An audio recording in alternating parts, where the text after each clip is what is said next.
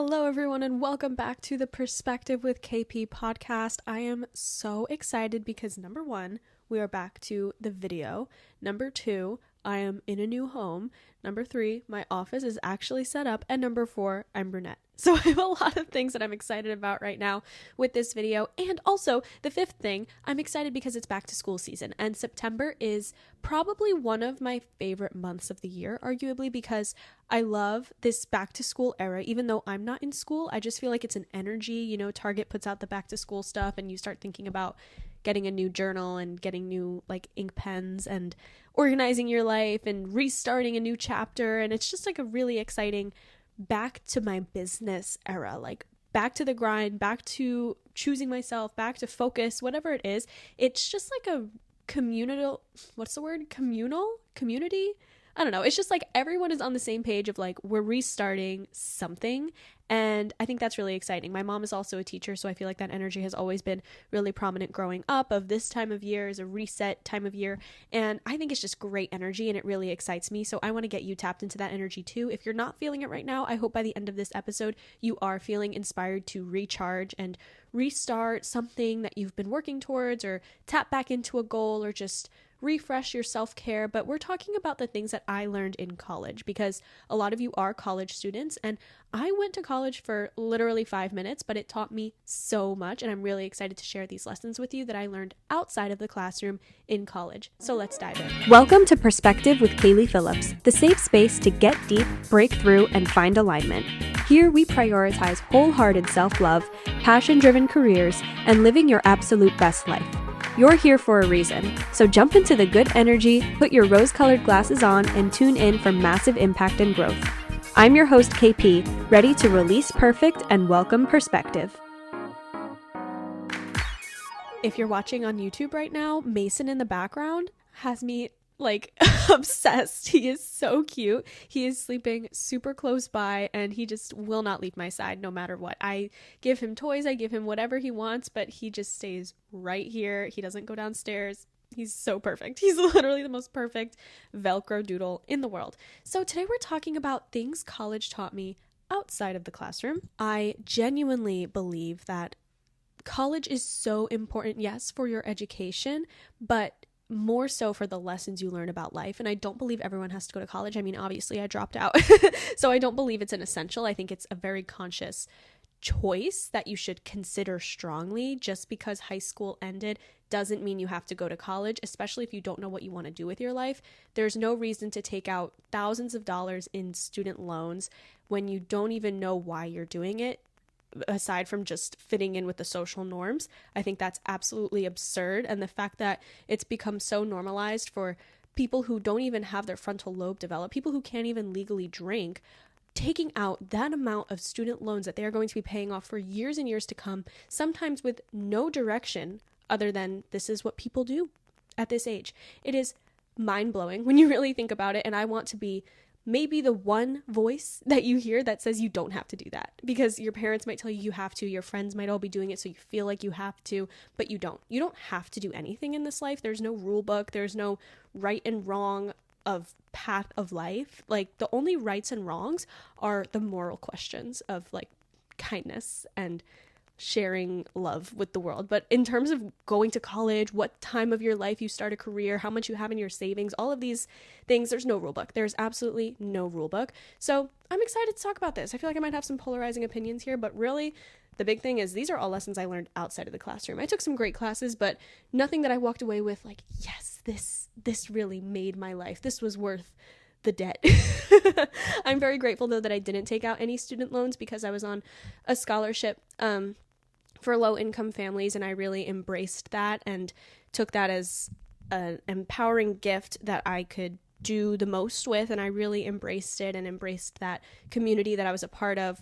It was like a community of us in this educational program that allowed us to go to college for free, and it was the first 2 years. So I went to school for those first 2 years, and then when it was time to take out loans, I decided, okay, because I had already started my business during college as like a little side hustle, and I was like, all right, what do I want to do? Do I want to keep going with the business, or do I want to take out student loans and embrace a college experience? But I couldn't do both because I can't half-ass. It's just not in my nature. It's not in the way I operate.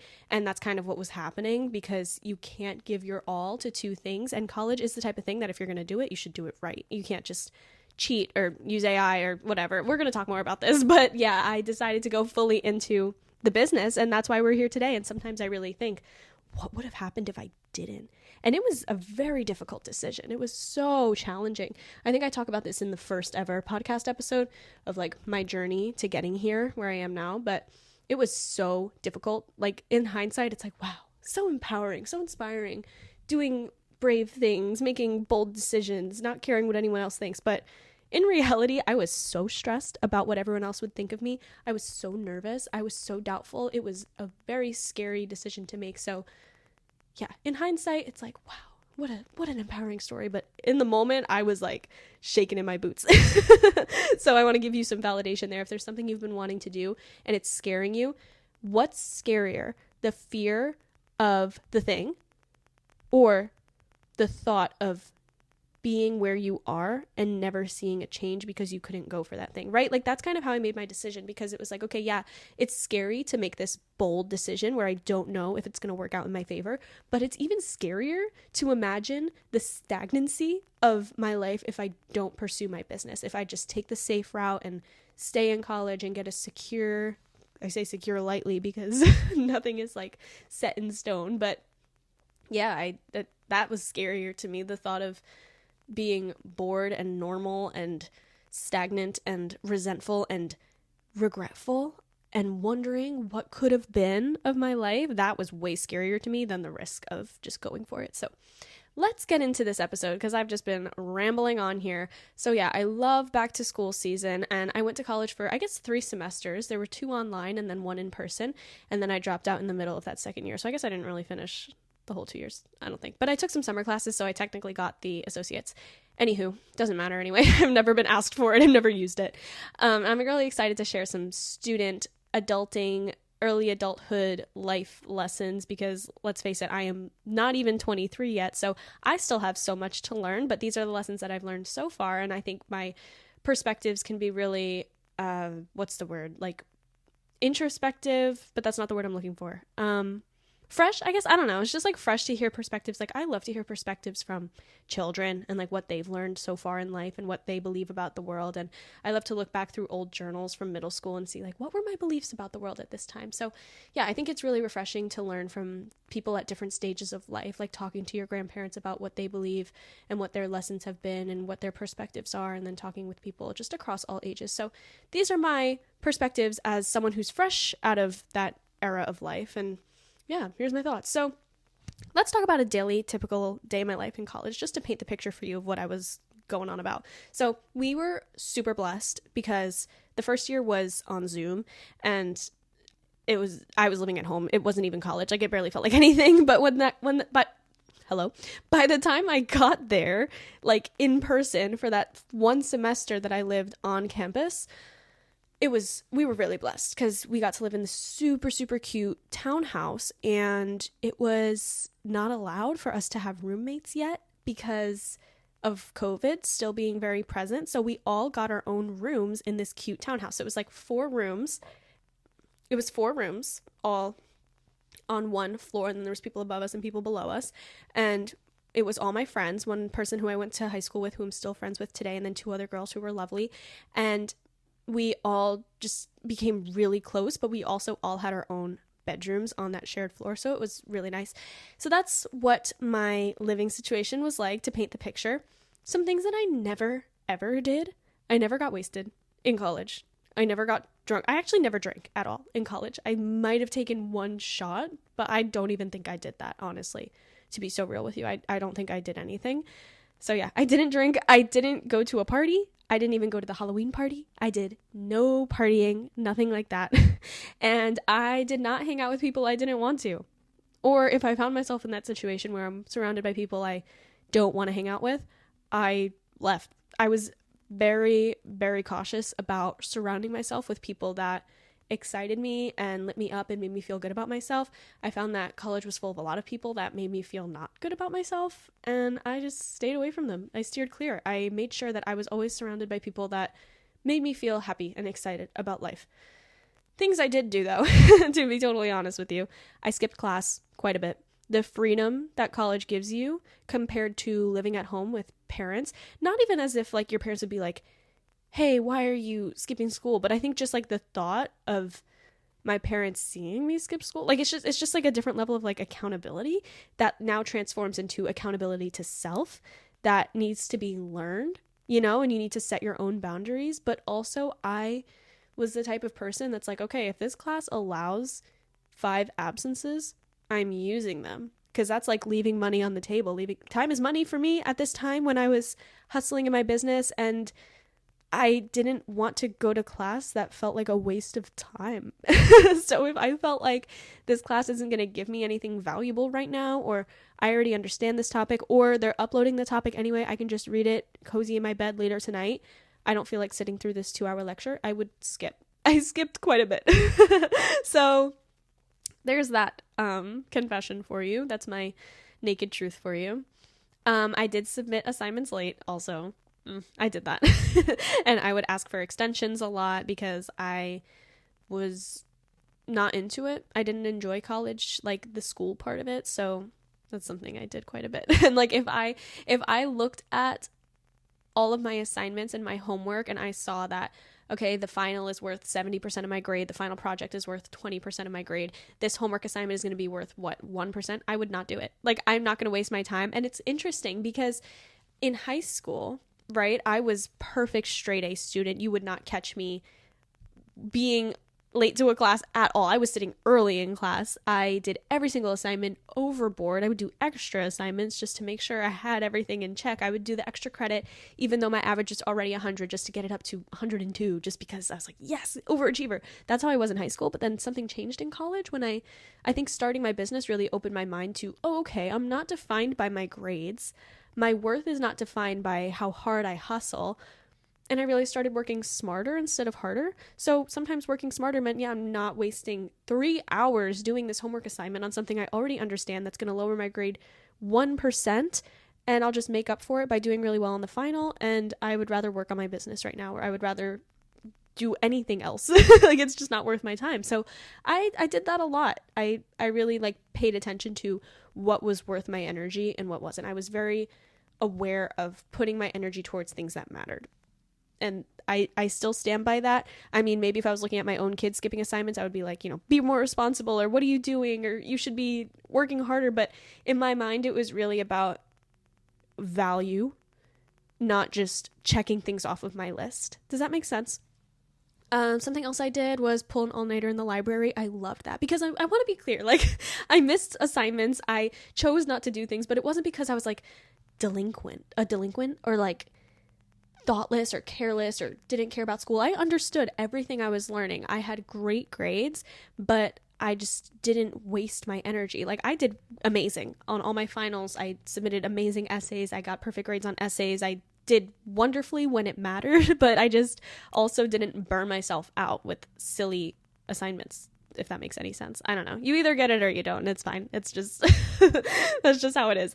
So I pulled lots of all-nighters in the library because I would be working on my business during the day. I would be taking coaching calls during the day. I did lots of early morning coaching calls because at the time I had a lot of clients in Europe who their 9 a.m. was my 3 p.m. and I would have class and I would have things to take care of. So we would do super early morning calls. Like, I remember I had a 7 a.m.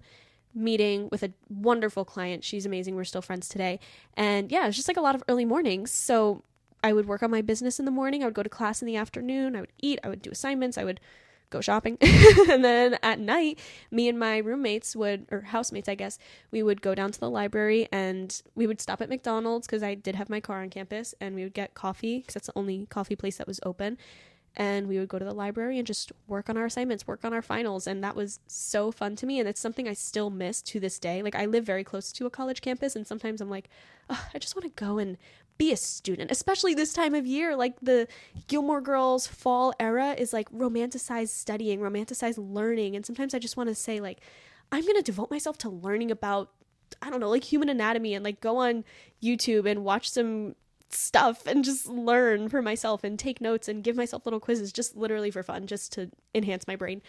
Anywho, I loved going to the library. It was such a lovely vibe. Bringing my iPad. It was just, oh my God. I love being a student in like the aesthetic style, but not like the whole thing. It's such a complicated like love-hate relationship for me because I love to learn, but the formality of it all, like taking classes I don't want to take because I have to, like, no, I want to learn for fun, to inspire me. And like, what's the point of learning? Is it to check things off a list and get the piece of paper, or is it for the enjoyment of learning and enjoyment of reading on a topic that excites me? You either get me or you don't. Honestly, this is how I feel about it. I don't know how else to explain it. You either are like nodding along with me or you're like, I don't get you, and that's fine. But I think if you're still listening, you probably get what I mean. So yeah, I drank a lot of coffee. Also, I had an espresso machine in my dorm. Highly recommend getting a coffee machine. I would sometimes prioritize getting my coffee over getting to class on time. Same mindset of what matters more to me. That one's a little bit of like a self-involved, maybe switch your priorities around. But I remember vividly, like, sometimes I would wake up a little late and make my coffee still. Like, I'd be like, all right, I have 15 minutes. It's a 15-minute walk. I'm making a coffee anyway. I don't know, guys. What else did I do? One time I picked up, a few times I found myself picking up friends from a bar at like 4 a.m. because I would be up in the library studying, and then my housemate would text me and say, hey, I'm going to pick up whoever. Do you want to come with me? Or someone would text me and say, hey, I'm here. I don't have a ride. Do you want to come get me? And I would absolutely come do it. So I did that quite a lot. And I think that was fun because I didn't go out and do the partying at all, but I would see it. So it made me feel a little bit more involved in the craziness of college. But the second I would see it and drop them off, I'd be like, yeah, no, I don't enjoy being drunk. Personally, I don't enjoy drinking. I don't enjoy the feeling. I feel very like out of control. There's been like one time, I mean, granted, I've been drunk like maybe 3 times in my life, but there was one time that I was like, okay, I'm having fun a little bit, but like not to the point that I'm like, yes, let's drink. Like, I would never propose it, you know? I don't know. It's just not for me. I spent way too much money on Halloween decorations because I was there during the fall and I was making amazing money in my business, which is just such a blessing and a gift because usually at that age, I don't think the majority of average people that age are making that much money to be able to just splurge on. But I decorated our whole townhouse. I was putting up big decorations. We had a big like skeleton thing. My room was, oh my God, covered in pumpkins from Target. I was like so into the fall vibes. I went home quite a bit too. I definitely found myself driving home many weekends and weeknights just to see my mom, see my sister. I would miss home. I'd get homesick. It was very natural. Even though I had such a great place there, I would just miss the comfort of my mom. And that's totally normal.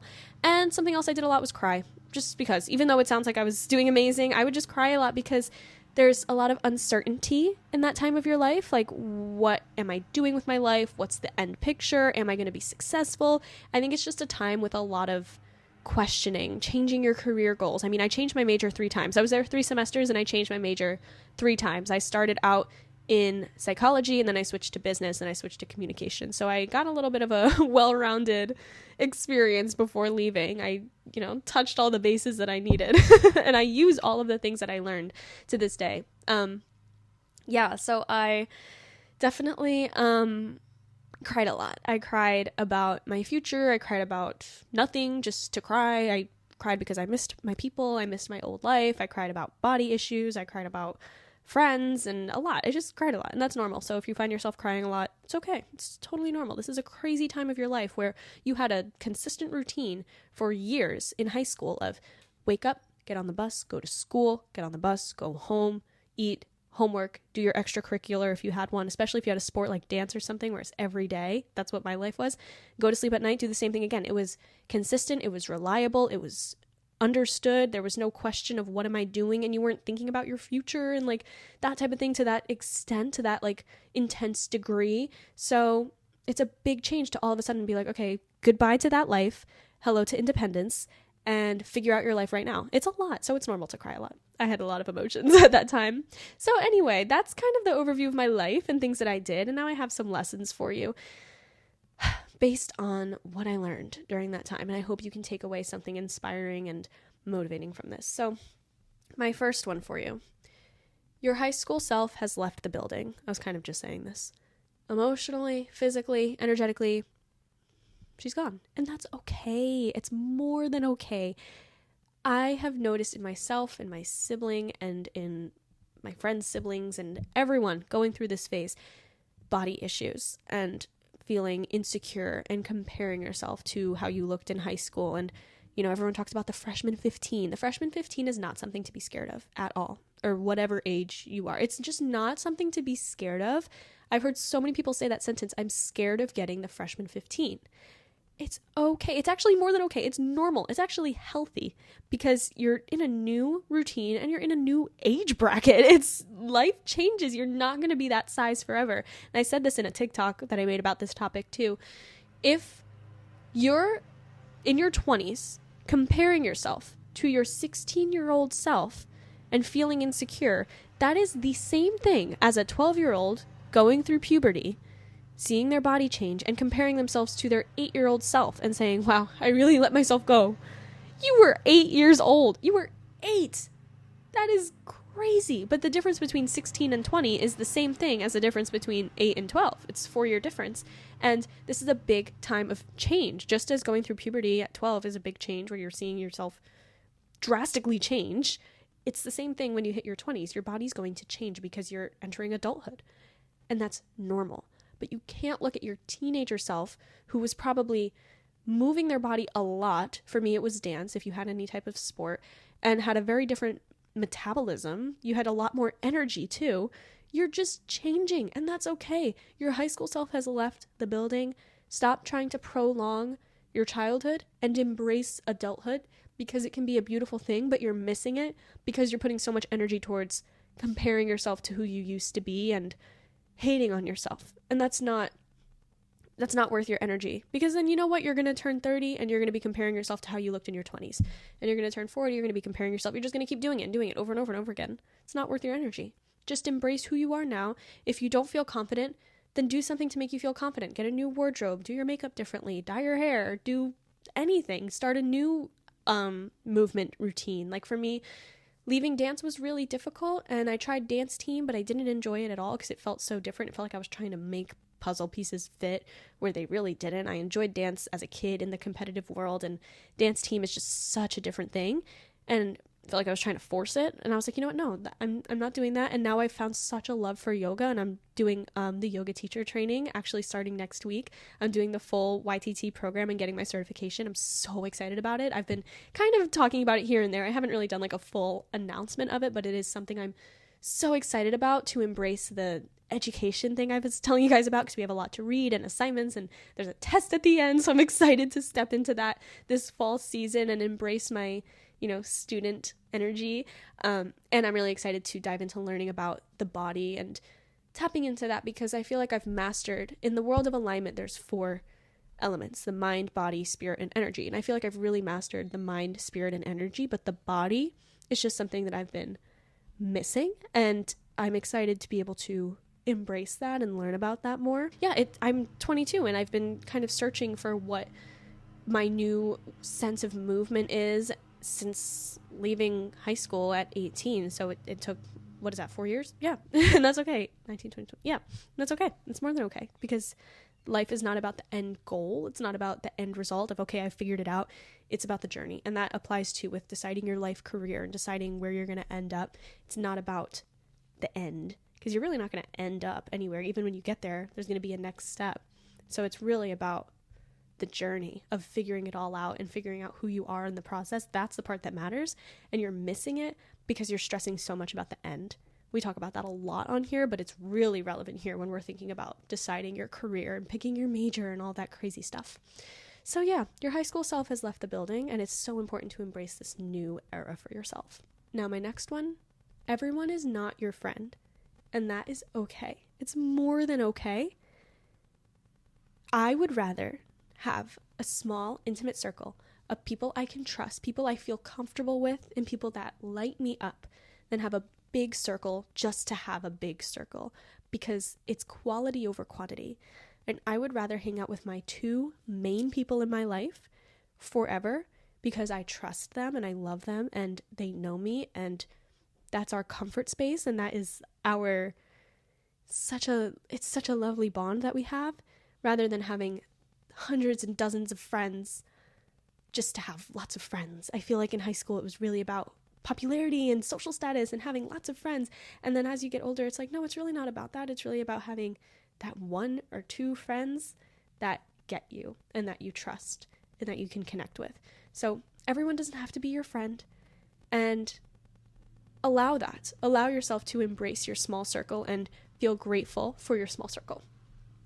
Now, independence, though, is wildly important. This is something big that I learned when I was telling you guys about like the self-control with like skipping classes and making those decisions for yourself. The independence is so important, whether you're single or you're in a relationship, whether you're living at home or you're living in a dorm. Finding time for independence is going to be so impactful in the best way during this time. If you can find time to go on solo dates, do your laundry by yourself, not make plans every day, allow yourself to take a night to just be with yourself. You don't have to always be with someone. You don't always have to be with your partner. You don't always have to be surrounded. You don't need plans. You can just be with yourself. Have breakfast alone. Get coffee alone. Try to do things alone, and you will fall in love with yourself during those times if you allow yourself to embrace it. Like, have a dance party in your room by yourself. Go on a date and sit at a table with yourself. Take yourself on a date and allow yourself to not feel nervous about what other people think of you or people judging you for sitting alone. Just be and enjoy that, because that independence is such an important time. This is such an important time to embrace that independence. Now, I started talking about this earlier, but this is a huge lesson that I learned after watching people, having lots of conversations with people. College is not for everyone. It's literally just not for everyone, and that's really, really, I feel like people don't realize that. So many people I talk to were there for no reason. I'd be like, okay, what's your goals? They're like, I don't know. My parents told me I have to go to college. Okay. Do you realize how expensive it is for you to walk around on this campus every day for no reason? People were just doing it because their parents said so. And I know that the parents have the best interest at heart, right? But if there's no vision, then what is that degree really going to do for you? I don't know. It's a complicated topic. We can all have different opinions on it, but at the end of the day, college is not for everyone. Some of the most successful people didn't go to college or went to like a trade school or something, but you don't have to force it if it's not working out. Or you can always go later, because college isn't going anywhere. And that's something I thought about too a lot when I was first leaving school. It was like, it's not like after these 4 years, you're not allowed to go to school. I can go to school when I'm 90. I actually when I was in college, there was someone who came back to school, and she was, I think, 75, and she was my partner in Italian, and I loved her. We had so much fun together, like having conversations and stuff, and I learned so much about her. But that really taught me, like, oh, okay, we don't all have to be this age. This isn't high school. You can come back at any time. So there's no rush. There's no rush in life. Something else I've learned, a passion for teaching makes successful students. And if your teacher sucks, it is very likely that you will not succeed. And that's not your fault. While it is important to be self-motivated and proactive and say, okay, what can I do to pass this class even though my teacher sucks? When you have a good teacher, it is so much easier. In topics and lessons that I absolutely hated, with a good professor, it was like, okay, I can do this. But in something that I loved, with a terrible professor, it can ruin it. And that is really so impactful. So shout out if there's any teachers happening to listen to this. My mom's a teacher, and I have a lot of respect for her, because it is so difficult to do, to command a classroom every day and help people understand things and be that voice that is going to embed lessons into someone's brain. Like, that is such a big role to have. If there are any teachers listening, shout out to you. You're amazing. And if you have a passion for what you do and you are good at it and passionate about making sure your students understand the topic at hand, that is so important, because it can literally make or break someone's understanding. And for you as the student listening, if your teacher isn't giving you that push and giving you that excitement for a topic, you have to find it in yourself. And it's so challenging, I know, because they can really make or break the experience learning something. But a passion for teaching is so impactful. So, like, try to make sure you have a good professor. I was always going on Rate My Professor. I think that's only a thing in the States. So if you're international, I don't know. I honestly have no idea. Let me know, because I'm not sure. You can text the podcast and let me know how it works over there. And then my last one here, environment is so important for your happiness. And if living in a dorm is making you unhappy, go back home. Or if your roommate is making you feel uncomfortable, change your roommate. Or if the way your room is set up isn't helping you thrive, rearrange your dorm. Get new bedding. Get something to hang on your wall to make it feel more like home. If the campus you live on isn't lighting you up and inspiring you and doesn't feel like home, transfer to a new school. Change is good. Change is important. And your environment is so impactful. So if you're uncomfortable in your environment, if you're not happy in your environment, that is valid. And I'm here to validate you. I'm going to be the voice that says, yeah, I get you. That's valid. And if you've been feeling like the place you live is impacting you in a negative way, move. Move somewhere new. Whether it's being too far away from home or being too close to home, if it's not enough sunshine, not enough warmth, or whatever it is, go somewhere new. Experience somewhere new. Environment is huge. It's so important. So I'm going to be that voice that tells you, be somewhere that lights you up. If where you are doesn't excite you, then go somewhere new. So that's the things that I've learned in college. I'm sure I have a lot more lessons on this about life and friendship and myself and all the amazing things we can learn about the world through experiences. But I'm going to wrap this up by saying a sentence that some people totally disagree with and some people live by. And that is that the world is our classroom. And I feel so strongly about that. I feel so strongly about that sentence. And some people will say that is the most ridiculous thing they've ever heard, but I believe it. The world is your classroom. I've learned so much outside of the classroom that you can't even put into a textbook, so much more than any textbook has taught me.